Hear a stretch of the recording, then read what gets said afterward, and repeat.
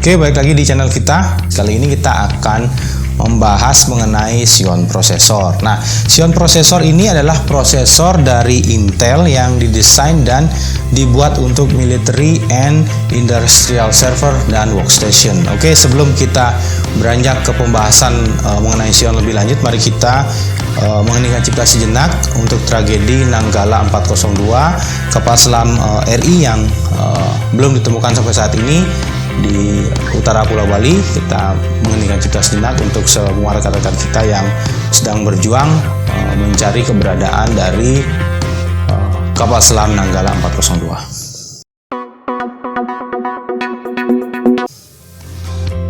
Oke, mengeningkan cipta selesai. Yang baru menonton channel ini, kini kita akan membahas di channel ini mengenai rakit PC based on budget, benchmarking, PC low spec, modif case dan sebagainya. Dan jangan lupa mendukung channel kita dengan cara like dan subscribe agar channel kita semakin berkembang. Oke, kenapa kita memilih prosesor Xeon ini? Oke, prosesor Xeon ini banyak digunakan untuk server, aktivitas rendering yang membutuhkan banyak RAM, dan ketahanan prosesor yang dapat digunakan dalam jangka waktu panjang karena memang didesain untuk military dan workstation. Kenapa kita mengangkat Xeon pada pembahasan di channel kita? Ya, salah satunya kelebihan dari Xeon prosesor itu sendiri. Ya, apa saja kelebihannya? Xeon dapat memanfaatkan RAM sampai quad channel menggunakan kapasitas RAM yang besar bahkan sampai 128 GB pada beberapa tipe prosesor Xeon. Kemudian yang kedua adalah core dari Xeon itu lebih banyak kalau kita bandingkan dengan prosesor Intel yang lain. Nah, ini mohon digarisbawahi pada beberapa tipe dengan harga sama jika dibandingkan dengan prosesor satu tipe atau satu gen. Dia memiliki keunggulan per core yang lebih banyak dan harga yang lebih murah. Kemudian yang ketiga adalah price performance yang sesuai. Ya, kemudian Anda membeli sebuah prosesor Xeon dengan harga yang masih affordable. Kemudian performanya masih bisa diandalkan untuk saat ini.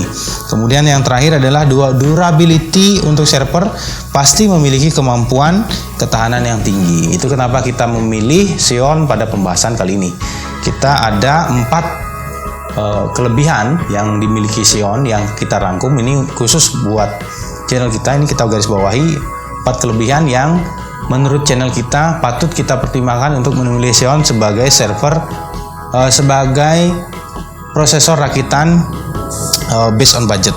Oke, maka dari penjabaran singkat tersebut di atas, Anda akan bertanya-tanya atau subscriber bahkan penonton yang lain akan bertanya-tanya, Xeon mana sih yang harus kita pilih pada ring harga sekian. Oke, kita akan jabarkan pembahasan tersebut.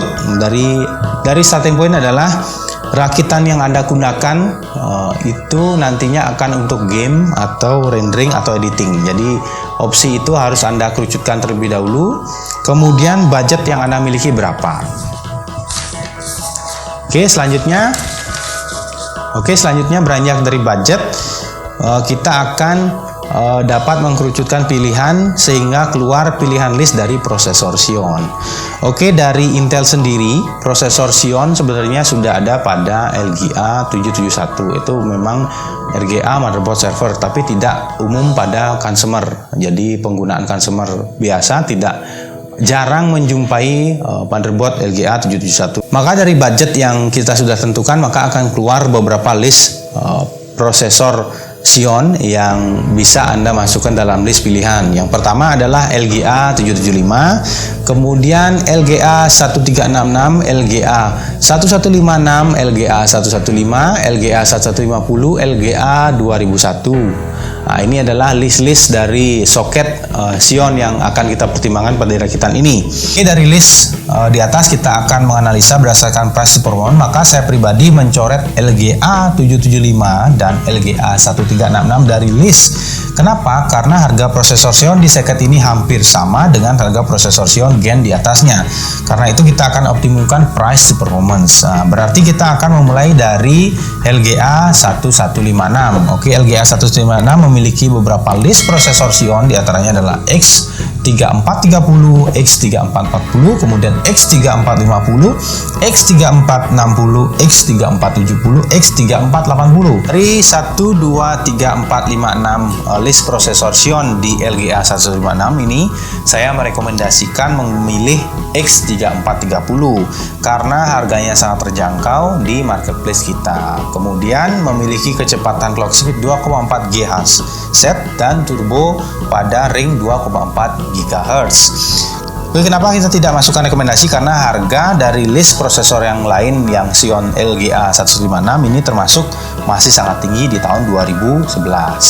Kemudian beranjak pada soket LGA 115 itu ada beberapa list prosesor Xeon yang patut kita pertimbangkan, di antara lain adalah E31220, E31220V2, E31230, E31230V2, kemudian E31240, E31240V2, E31275, E31280, dan seterusnya. Masih banyak list lagi yang kita jabarkan semua, maka kita akan kehabisan waktu. Oke, untuk LGA 115 saya merekomendasikan menggunakan E1220, 1220V2, 1230, 1230V2.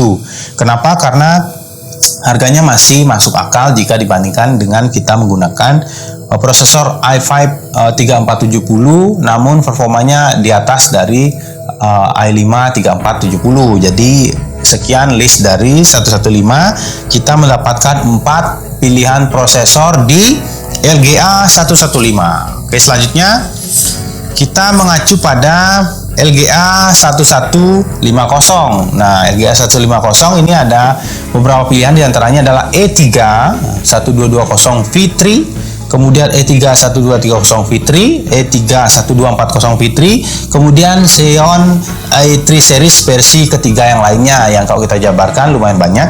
Namun saya hanya memilih dan merekomendasikan hanya 2, ya, E31220V3, kemudian E31230V3 karena harganya yang paling rendah di antara Xeon yang lain. Oke, ini adalah yang paling terakhir, ialah LGA 2011. Kemudian pada LGA 2011 itu beberapa list prosesor Xeon, di antara lainnya adalah E5 1600 series, kemudian E5 2600 series, itu ada 2 opsi, kemudian dan ada E5 series yang lain. Nah, pada seri LGA 2011 saya hanya merekomendasikan 2 opsi prosesor, diantaranya adalah E5 2630V2 dan E5 2640V2. Kenapa? Karena harga dari kedua prosesor LGA 2011 ini termasuk terjangkau dengan 6 core dan 12 thread. Bayangkan Anda bisa mendapatkan E5 2630V2 dengan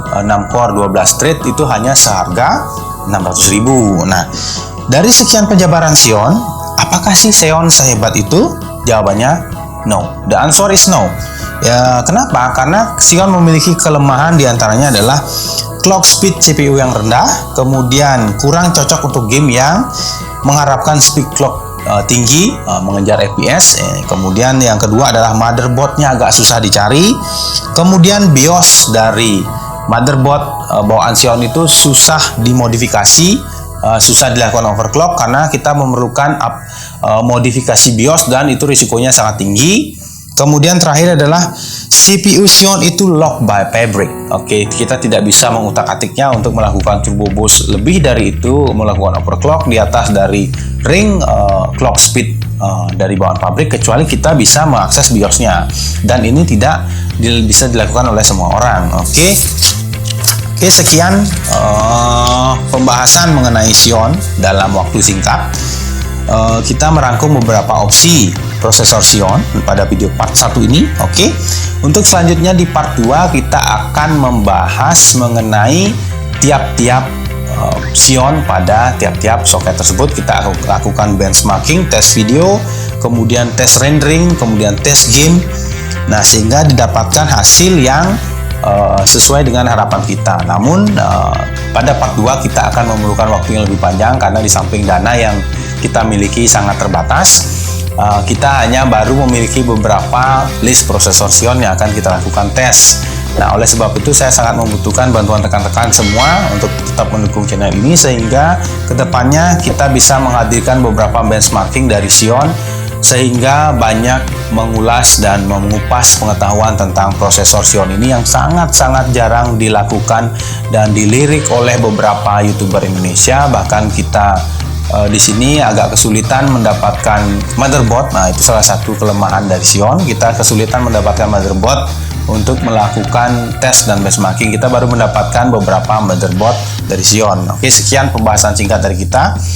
Bila ada pertanyaan, Anda bisa lanturkan di kolom komentar. Kemudian bila bahasan ini menarik atau ada feedback, ada masukan dari kalian semua, Anda bisa juga lakukan atau berikan masukan di kolom komentar. Saya ucapkan terima kasih sudah menyempatkan waktunya menonton channel kita. Saya ucapkan terima kasih, jangan lupa dukung kita. Bila videonya menarik, Anda bisa share dan kabari kawan-kawan yang lain, sehingga pengetahuan mengenai prosesor Xeon yang sedikit diketahui orang lebih tersebar luas, sehingga kita memiliki banyak opsi perakitan PC berdasarkan based on budget. Saya ucapkan terima kasih. Sampai jumpa, sampai bertemu di part 2 pembahasan Xeon. Terima kasih.